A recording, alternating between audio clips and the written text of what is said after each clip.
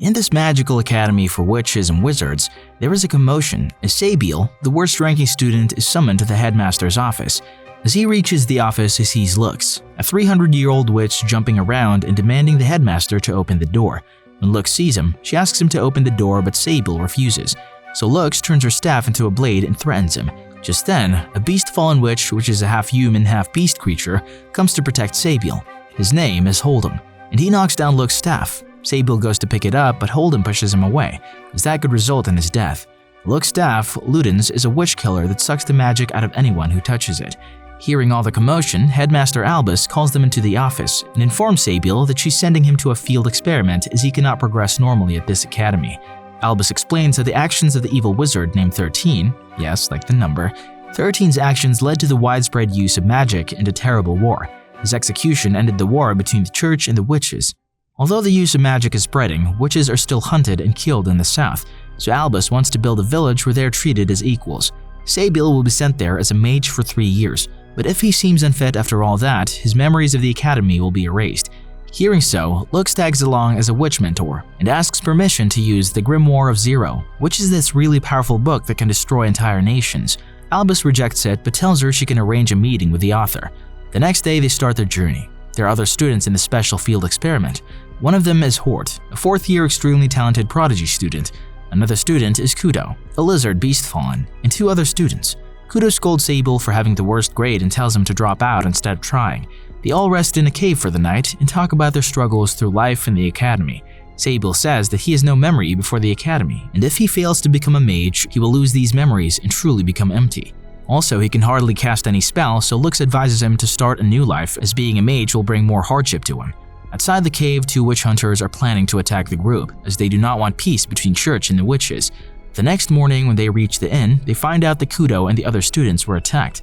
The other 2 survived because Kudo distracted the witch hunters, so Loux alone goes to save Kudo. Hort uses Lux's handkerchief to use a divination spell to track Lux's location.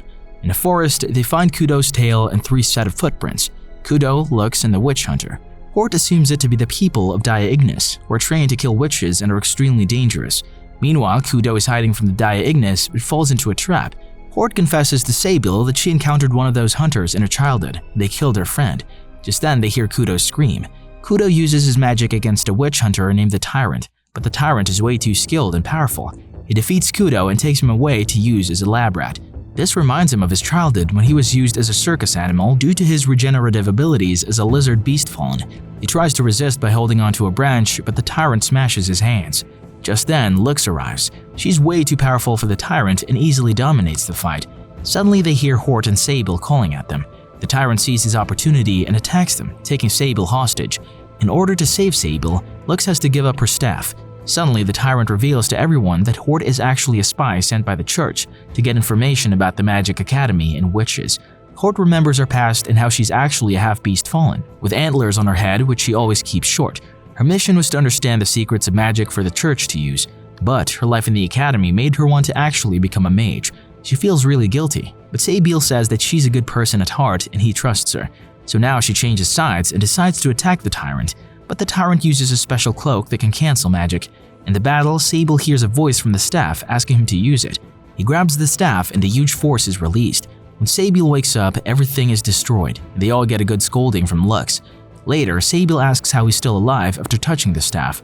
Loux explains that her magic has lasted for 300 years, so the staff is unable to drain all her magic. Turns out, Say-Beel's magic is also nearly infinite, so the staff did not kill him. His near-infinity magic is also the reason why he has trouble controlling spells. That night, Hort shares her antlers and says that she's relieved to be a witch who is half beast-fallen. She's happy about Say-Beel not looking down on beast-fallen and kisses him. The next morning, the other 2 students are taken back as they were apparently leaking information to the church. Then they decide to regrow Kudo's hands and tail. Since he does not have enough magic and since Say-Beel has infinite magic, Loux transfers his magic to Kudo and he regrows his body parts. Seeing the magic, the people in the inn are amazed. They resume their journey and reach a city where they go to a bathhouse. And there, Say-Beel asks Kudo why he wants to become a mage, to which Kudo says he wants to join the mage army. He explains how 6 years ago, even though he was a beast-fallen, a knight in the army saved him, so Kudo wants to be like him. Suddenly, Loux enters the bath naked, because of which the boys feel awkward and leave. But right out of the door, they also see Hort naked and get embarrassed. This is pure fan service and I'm all for it. The rest of the journey, they constantly use magic to help people, spreading the good name of witches. Loux also says that she has lived so long that food, rest, and love mean nothing to her. She only wants excitement through unique adventures. One day, Loux, a kid, runs toward them and tells them to hide. Loux hides them in a sealed tree, but the beast called Mercenary finds them due to the sound of their heartbeats. Loux succeeds in saving them, but Mercenary avoids a battle with Loux and walks away. Loux then takes the group to the village priest. The priest explains that they are the village where their field experiment program will take place, but the village's supervisor witch ran away when another evil witch took control. She's super powerful. The mercenary is apparently her personal guard. Saybil looks at the group. 3 were working with the church, 1 was a beast fallen, and he himself was the worst ranked student. This means Headmaster Albus only chose troublesome students for this program. Hence, this was a way to get rid of the students she didn't want. Loux says that she suspects the priest of being in alliance with a witch, but she does ask him to show them around the village. Loux' father shows them around the village, but it's awfully quiet. They reach a house where 4 dolls are hung, representing the people who once lived in that house. It's a warning set by the witch not to try to escape the village. After examining the situation, Loux decides to kill the witch and Albus for the shady business. Hort suggests taking them from the mage army, but Saybil disagrees, as that would make the village a battleground. He suggests doing it by themselves and that he's not afraid to die. Hearing this, Hort cries that she does not want Saybil to die and she runs away. Hort runs to a church and cries where she meets Lily, a cleaner. Lily tells her that following the church while being a mage is okay. All this is heard by the priest. When he comes forward, Lily runs away. Hort notices his cane has a symbol of the Dia Ignis, the witch hunters, and he knows that she betrayed the church. On the other hand, Saybil informs Loux and Kudo that he could not find Hort, so they track her magic into a cave in the forest. Kudo is scared, so he decides to stay outside. He meets Mercenary, who offers him an entry into the mage army which would fulfill Kudo's dreams. Kudo asks him about Hort and he tells him he ate her. Kudo becomes furious and challenges Mercenary to a fight. Inside the cave, Loux and Saybil are having a sweet friendship moment. Suddenly they get attacked by the priest who takes Lux's staff and locks them with the dangerous witch named Zero. On a rainy night, Saybil was found by a witch who had the same eyes as him. That witch was Zero. Saybil has no other memories of his past, but he does remember Zero, who tells him that she has been waiting for him. Zero flicks Loux away with ease and shows him Hort's bloody hat. She says that Saybil has infinite potential for greatness and tells him to join her and she will take him to a perfect world. But Saybil declines, saying that the other members are more suited for a better world than him. He attempts to put all his magic into a spell, but suddenly, Loux kisses him and gets some of his magic reserves. Loux casts a super powerful spell, but Zero deflects it with ease. Zero reveals her identity as the supremely powerful author of the Grimoire of Zero. She casts a dangerous spell, but that turns out to be confetti. She suddenly turns sweet and announces she'll be his project supervisor. Loux reveals that all this was a test and he passed. Hort also arrives and says that the priest asked her to rejoin the church and continue spying on the Magic Academy, but she declined and she also passed.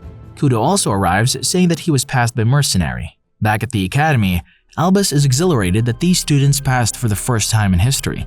She sends a warrant to hunt for the tyrant that attacked the group. Back at the village, they all celebrate and Zero informs them that they were tested because their powers have great potential and could be used for an evil path. About the field experiment, she informs them that they will each have to do something to help the villagers. Also, the priest was indeed a Dia Ignis member in the past, but now he has left that life behind and is working together with mages. Later, when Zero and Loux are alone, Zero explains that Saybil was attacked by a witch who sought his infinity power before. The witch killed his mother in front of him, and in return, Saybil accidentally killed her with power overload. As a result, he sealed his own memories and lived in oppression. So Zero brought him to the academy to give him a new life. Then Zero reveals that Saybil is her nephew, and the evil wizard 13 is her brother and his father. After 2 months, all 3 are providing their specialty magic to the village. Hort does errands while Kudo is an apprentice healer.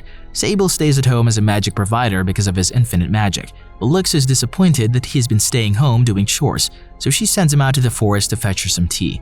As Saybil heads out, he meets Hort, who informs him she and Mercenary were attacked by wolves. She cast a spell but accidentally injured Mercenary. She starts doubting her ability to be a mage, but Lily consoles her. Loux and Saybil go to Zero, who's treating Mercenary. Zero kisses Saybil and borrows his magic to heal Mercenary. And wait, aren't they aunt and nephew? That's like Daenerys and Jon Snow. Ew. Anyways, Mercenary heals up and gets jealous of Saybil because apparently he and Zero are a couple. Back at the academy, Zero sends Holdem to inspect the village, but as it turns out, he has a grudge against 13, which might be bad for Saybil. For some reason, he takes the tyrant with him. The next day, Zero teaches Hort how to control her spells, but suddenly, she becomes dizzy and falls down. Saybil tries to transfer magic to her, but she does not accept it. Saybil remembers that their eyes are similar and asks her if she knew his mother. She says no. She also shows him a very great book about medical herbs that his father wrote, but she does not tell him that. Later, Saybil uses the book's knowledge to look for herbs in the forest with Loux. They are having fun when suddenly, a dead animal's body turns into this strange creature and attacks them. Saybil gets hurt a little, but Loux is completely stabbed. Since Saybil is not good at healing magic, he carries Loux to the village. They finally reach Zero, Mercenary, and Loux. Loux gives her blood, and Zero uses it to heal Loux. Later, Zero says that those things are called remnants of disaster. They disguise as dead animals to lure prey. The spikes suck blood and then multiply into more such remnants. Holdem also arrives at the village and informs everyone that someone is catching these remnants of disaster and selling them. So Zero, Mercenary, the priest, and Lily go to investigate. Holdem seems satisfied that these powerful characters are now far away. He announces to the students that he will be their supervisor until Zero returns. Later, Loux' father, Ulz, comes and asks Saybil to stay away from Loux. It may seem like an unfair reaction, but at least Ulz is very polite when saying this. When Ulz goes away, the tyrant suddenly appears behind Saybil and puts him in a sleeper hold until he passes out. Saybil has a nightmare of the day his mother was killed by a witch. When the witch tried to take Saybil's magic, he simply touched her and overloaded her with magic, and she just collapsed and died. Saybil wakes up in the middle of the forest, but suddenly, they hear people approaching them. It's Hort and Kudo riding the horses, or rather, holding onto the horses hoping that they don't die. They attack the tyrant with more ferocity than last time. Saybil goes free and holds Tyrant, saying that he can kill him in an instant if he wants to. But the tyrant pushes Saybil and crushes his hands, saying he should have killed him when he had the chance. He also knocks out Kudo and Hort, but suddenly his arms gets chopped off and he's trapped by wires. The priest comes out and reveals himself. Since they both worked in the Dia Ignis, they know each other pretty well. Then he removes his mask and chops off the tyrant's legs. Holdem arrives and reveals that this was a test to check the security of the village. He used the tyrant as a deal to get him off the death penalty, but using tyrant was a risk because of his violent nature. The students could have died, so they all scold Holdem, but they admit that Holdem and the tyrant revealed the village's weaknesses and that they need a stronger force to protect the village. Holdem suggests that they use the tyrant as he's still bound to them because of his death penalty. They fix up the tyrant's limbs, but Hort is against accepting the tyrant because of his past killing witches. So the priest comes forward and says that he's killed lots of innocent people, including witches and wizards. Should he be punished too? Loux says that her staff Ludens sucked the life out of hundreds of witches. Is she guilty too? Kudo is ready to accept the tyrant if he's on their side and atoning for his sins, so Hort accepts him, saying that she'll personally monitor him. Sometime later, Holdem goes back to the academy. Loux is going back to their house when she hears Saybil and Hort talking about love. Saybil admits that he does not know anything about love because of his empty memories, but he does have some feelings for Loux. Hort is a little hurt, but she hides her disappointment and asks for some magic supplies. But Saybil remembers how he killed the witch once and he refuses to give Hort magic in case he hurts her. Elsewhere, Loux pretends not to have heard about Saybil's feelings toward her. Meanwhile, Saybil goes to Zero, who finally reveals to him that the Wizard 13 was his father and she is his aunt. She says that 13 wanted to build a proper world for witches, and in the war that followed, thousands of people were killed. Saybil vows not to be like that. Elsewhere, a spy from the church tries to attack the students, so the tyrant stops him quite easily. Then Loux darkens the entire room and the priest removes his mask. He uses interrogation tactics on the spy, who's just a boy, and finds out that some powerful person in the church must have supplied it to him. Later, Hort goes by the school where the tyrant is playing around with the kids under the supervision of the headmistress, Miss Heartful. Miss Heartful is happy that the tyrant has a soft side, but Hort is still haunted by the image of how the tyrant killed so many innocents, including her friend. Meanwhile, the young spy, whose name is Caddy, seems to be racist against witches and Beastfallen, so Kudo takes him to Lucy, who makes the tastiest food out there. Caddy loves it, even though he just ate with a Beastfallen. Then Kudo reveals that Lucy is a mouse Beastfallen, so Caddy just ate Beastfallen food. Then Kudo gives him a room to sleep in. Caddy starts to wonder if he was wrong to hate the witches and Beastfallen. Later, Saybil tells Loux that he likes her and wants to marry her. Loux literally falls to the ground. Later, he creates a new potion that has magic infused in it. They test it on Lux's staff and it seems to work, as the staff likes to consume magic. Meanwhile, Miss Heartful's school children are at the river catching fish. The others are also there. Suddenly, Caddy starts acting weird and a hole opens in his stomach. The tyrant tries to push him back, but some blades cut his arm off. The tyrant risks his own body and holds Caddy in place while Hort casts her powerful spell and kills Caddy. Then Kudo heals Tyrant. Suddenly, lots of small monsters appear out of Caddy's body, but Loux arrives just in time and her Ludens staff eats all the monsters. The three students bury Caddy and become regretful that they could not save him. they start to realize just how dangerous their secret enemy might be, and gives them the message to return to the academy as this village might soon become a battlefield. But they refuse to go, wishing to help in the coming battle instead. Saybil gives the idea of trapping their enemy without killing them. He plans to use the new potions he created that can transfer magic. Zero tells this new plan to Headmaster Albus, who actually agrees to this, because this is a good opportunity to test out the students' capabilities. Then she prepares a feast to show this battle to other high-ranking nobility. Later, the village starts setting up traps that will subdue their enemies without killing them.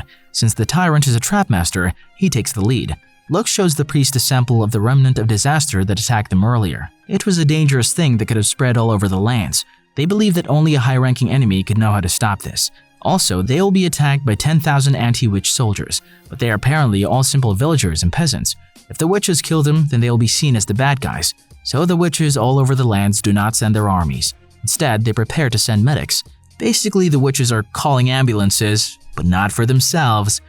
Meanwhile, the witches in the village prepare traps that will only stop their enemies instead of killing them, because they can't risk killing simple peasants. Later, Saybil gives Zero as much magic as he can. He can give so much magic to them that she gives him a new nickname, the Abyss Sorcerer. But the traps cut their arms. Suddenly, green rain falls, which immediately heals them. Then some fire burns them, but only their clothes are removed. The captain realizes that the witches are giving them a warning and a chance to retreat. However, a unit of elite Beastfallen evades all their traps. They capture Lily and plan to eat her, so the priest cuts down the Beastfallens with ease. Mercenary also helps. The priest cuts the arms of the main Beastfallen called the Demon Possessed, but he just regenerates. Then he also revives all his fallen comrades. Meanwhile, other Beastfallen reach the village, so the three students bring down a rain of arrows on them. The tyrant fights them while Hort burns them up. Next, Kudo goes down and heals these injured enemies. Zero asks the Beastfallens what they will do, and they are now very confused and hesitant. Suddenly, Mercenary and the Demon Possessed arrive at the scene, fighting, but the Demon Possessed just won't die. So Zero uses forbidden dark magic that brings the undead who feast on him for eternity. Nearby, Albus has organized a feast where the most powerful bishops in royalty are enjoying the battle. Suddenly, loads of remnants of disaster attack them, eating at the people. The 8 highest-ranking bishops gather. One of them, Bishop Ideamor, says that he has a magical ward that can counter these creatures. But Albus points out that you need to know the name of the demon who created these remnants in order to cast the ward. How does Bishop Ideamor know about it? Which was supposed to be known only to the highest-ranking enemy, meaning he was the one secretly responsible for all these anti-witch attacks. Loux comes and uses the staff to eat all the remnants of disaster now that they already know who's responsible. In exchange for not killing him, Loux commands him to reduce the witch hunts in the south.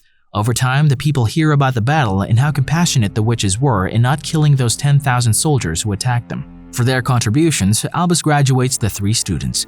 Now, they'll begin their lives as professional witches and wizards. Zero gives 13's magical book to Saybil, and the 3 say their goodbyes to the villagers. Then the Dragon Conqueror King takes them on the school ride. The 3 of them will not be working in the Forbidden Library to collect information about the remnants of disaster. Subscribe for more videos like this, turn on the notification, and leave a like to help the channel out. Thank you for watching.